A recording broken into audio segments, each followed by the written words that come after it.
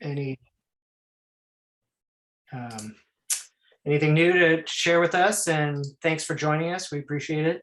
All right. Yeah. Thanks for having me. I do not have a PowerPoint or any fancy presentation this time, but I just wanted to give you some schedule updates. So as I'm sure you know, the sound wall, the block placement is nearing completion.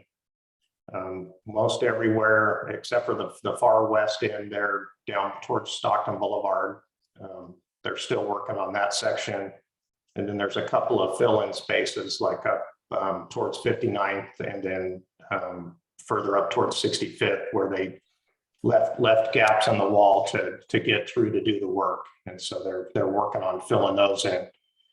So I've gotten a few phone calls from folks that are pleased with having the wall up. So it's always nice to hear from residents when they're not unhappy, when they're happy. So we appreciate that. The crews appreciate that. So so that's you know, we had some hiccups and some hurdles getting that sound wall built, but we're finally on the home stretch on that. So and it from what I've noticed driving through the neighborhood with the windows down or getting out of my truck and walking around, it's making a big difference as far as the highway noise. So hopefully the residents are also noticing that.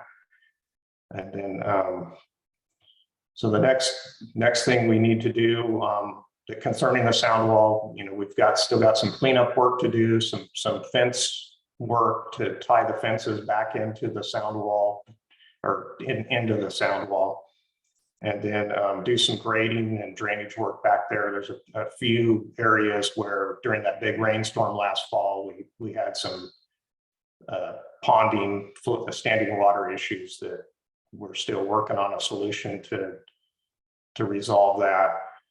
And then the landscape plans are in the final phases of design. Most of the landscaping is going to be done on the freeway side, of course, where a lot of trees are being replaced and some shrubs. We do have some areas where the sound wall veers away from the city street. So there's a kind of a wide area between the wall and the street where we're doing some landscaping in those areas. And I noticed there's an area there by 44th Street where there's kind of a little, I guess, a obtuse triangle shaped piece where they're planning to plant some red buds along in front of the sound wall. And then also all the disturbed soil area will be hydro-seeded with a kind of a wildflower, you know, erosion control mix. So that's, and then we're adding the stainless steel R panels in a few locations where you can see them from the city street where the wall's next to the streets. And those are the oak tree motif and then the bear motif that we presented at a previous meeting. So that's kind of the highlights for the landscaping. There are some trees I know that were not removed to construct the sound wall, but they've gotten either didn't get enough water or they were damaged. Maybe the roots were damaged during construction. So those will have to be replaced also. There's a few of those scattered around the work zone. So any tree that died for any reason during the construction will be replaced as well. That's not necessarily part of the original landscape plan. So Patricia's asking a question. Do you know, I think what we are concerned about too is the wall, the bare wall on T Street between 57th to 59th. Is there any plans for replanting any trees on that side of the wall on the neighborhood side? Believe so. Let me look real quick.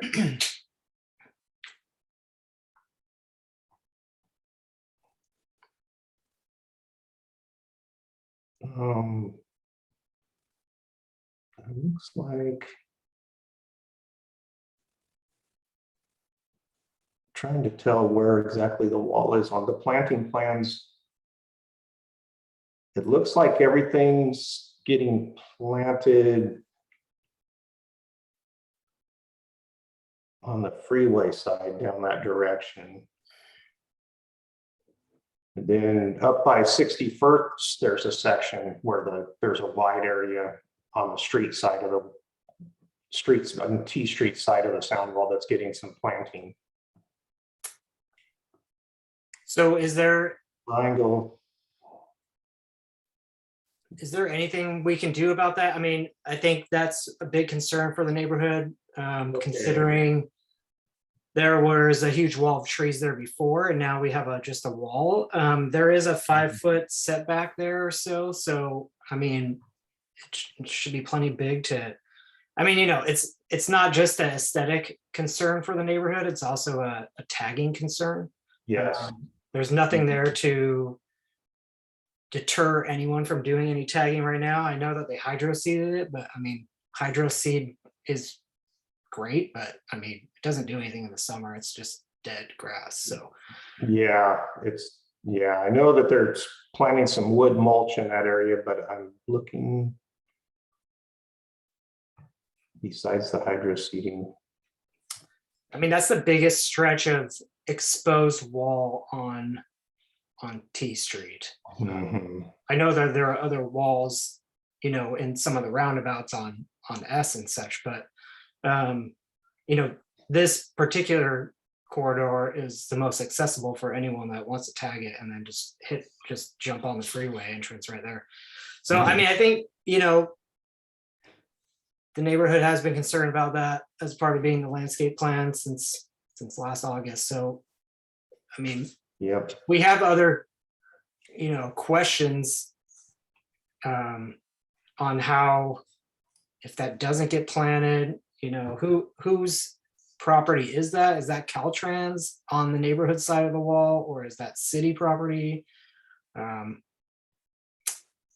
know, there's, yeah, I think I think that is an area that we all feel needs to be addressed. Okay, yeah, we'll check that out. I know, like I said, the wider area further down is getting some landscaping, so I'm not sure why that area was left out, so I'll have to check on that one and get back to you guys. Okay, thank you for that. So, and then the other thing I wanted to talk about, that's happening in your area, but it's may not impact you guys as much, is we're getting ready to do a big traffic shift out on the freeway in the area between 99 and 65th. We're going to do a traffic split similar to like what we have out by Watt Avenue.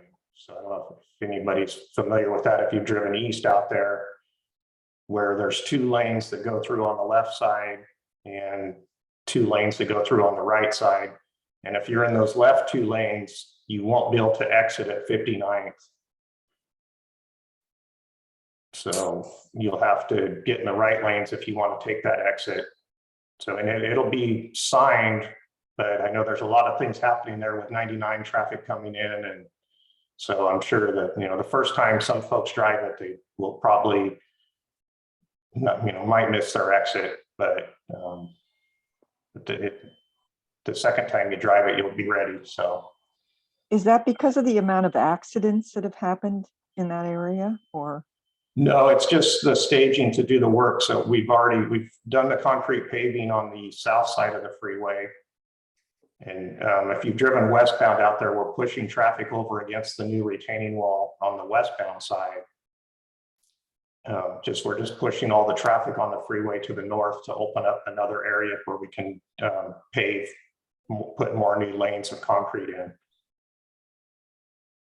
So that all the traffic's moving towards the new retaining walls on the north side. And then we'll have 2 lanes where the median barrier is now. We'll have traffic crossing over that going on the eastbound side. So it'll still be 4 lanes wide, but it'll be 2 and 2, kind of like I said, out eastbound out by Watt. And that's going to start happening about the 21st of this month. And it's going to take about 3 or 4 nights to get everything shifted over. And then they'll continue on with the concrete paving after that.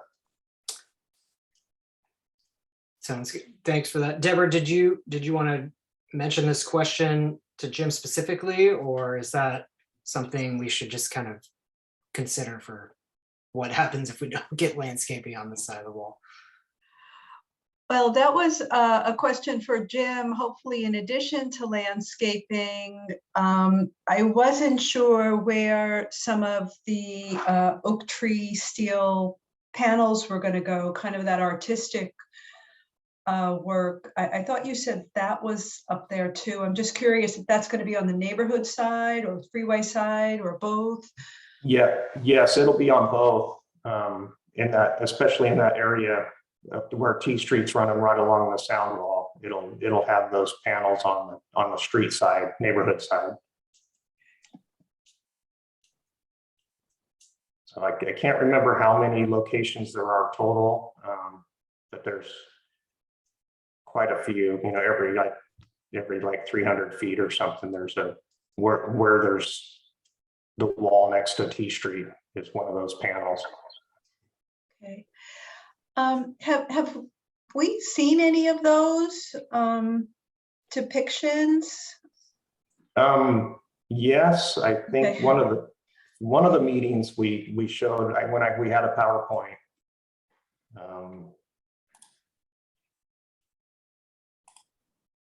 Here I can.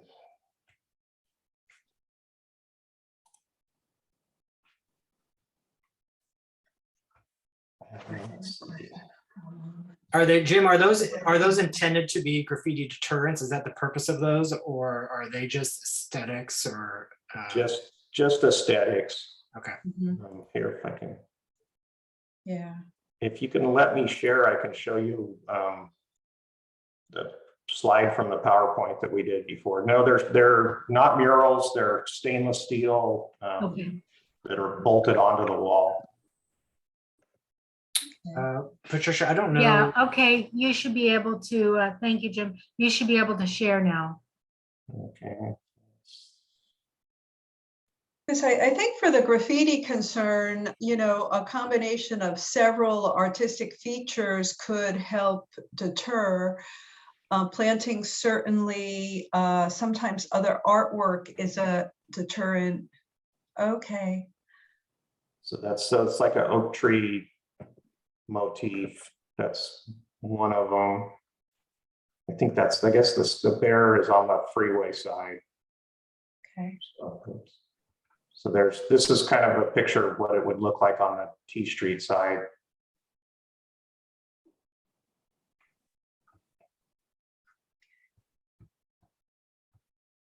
So yeah, hopefully that would also help as a deterrent for graffiti.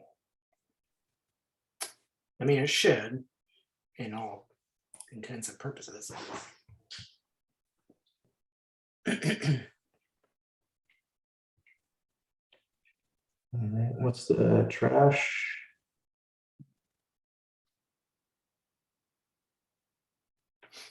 Oh yeah, they're working on that. There's been a lot of trash and unsheltered folks around the S Street side of the freeway there near 59th. And they've been working on getting it cleaned up. So they will continue. There's the shared responsibility there between the contractor and CalTrans and the city. So I know they've had a crew out working on that, but. I mean, we know that there's been a lot of homeless that have been camping out on the freeway side of the walls. I haven't seen them lately, but at the end of the project, there's some pretty like, I don't know, I wouldn't say that they're the most securing chain link fences on the corners of like 59th, which are access points.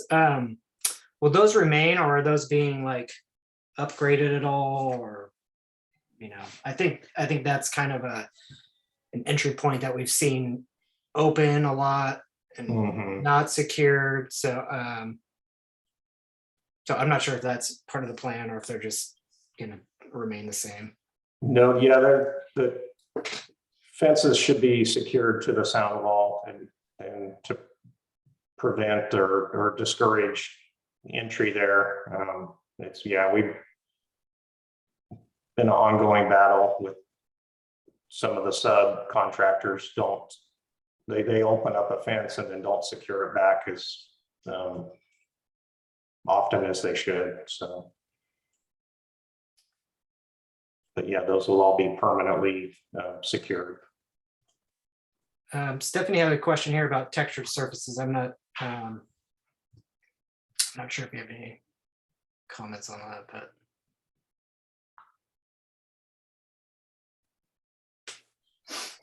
That's curious, not furious. I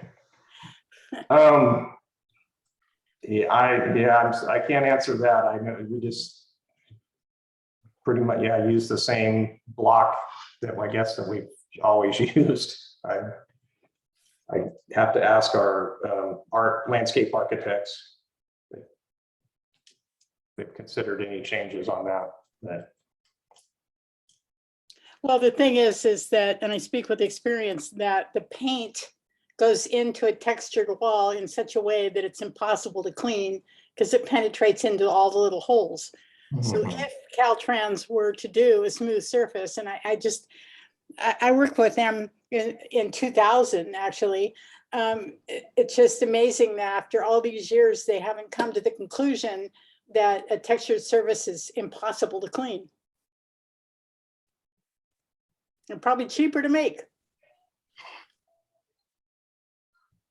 That's all.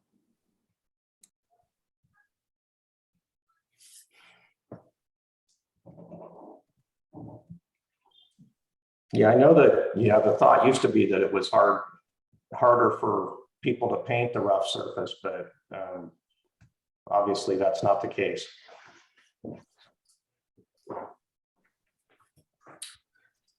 all right. Well, I mean, unless anyone else has any questions for Jim specifically about either the sound wall or landscaping, I think we all are concerned about the landscaping on the neighborhood side.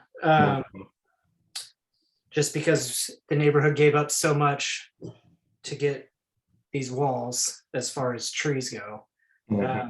I mean, it's not just graffiti, it's also, trapping emissions. And, we're a neighborhood that bounds right next to the freeway. So that's a part of it too. But, there's been discussions in the neighborhood if, not knowing who's responsible for maintaining that side of the wall, if that's city or CalTrans, if that's part of the issue with landscaping. Does this become a neighborhood project if in fact there is no landscaping planted? But if that, meaning does the neighborhood come together and raise funds to do tree planting along the wall? But then there's also a lot of questions that go along with that, meaning who maintains that, how do we supply irrigation to those trees? And if landscaping isn't provided as part of the plan, is irrigation there to tap into? And if it isn't, is that even a realistic option? So, I mean, those are some questions, and I don't expect that you have all those answers right now, but if you do follow up, and it is indeed the fact that it is really a no-go on any, landscaping on the side of the wall besides hydro seed, which is frankly not really landscaping. Those are follow-up questions you would have. So if you could keep those in mind, as you find out a little more for us, it would be appreciated. You bet, yeah. Yeah, all right. And just real quick, I don't know, just the project in general, just give an update on the rest of the project. The bridge work is nearing completion where we're widening the bridges down in the downtown area. And we'll be continuing to move traffic around to replace the pavement down that direction. Overall, the project is about half done, believe it or not, because of the bridge work is so much of the cost of the project. So, and the design's almost done. So we've actually been going on at this for a couple of years now. So we've got a couple more to go. So, but anyway, we appreciate everybody's patience as we've gotten this first part completed. So, Well, thanks for joining us, Jim. We know you're busy. We do appreciate you, taking your time out to speak to our neighborhood. all right, you're welcome. I will do some research on your questions and get back to you guys. Thank you. All right, thanks guys. Have a good night. Bye.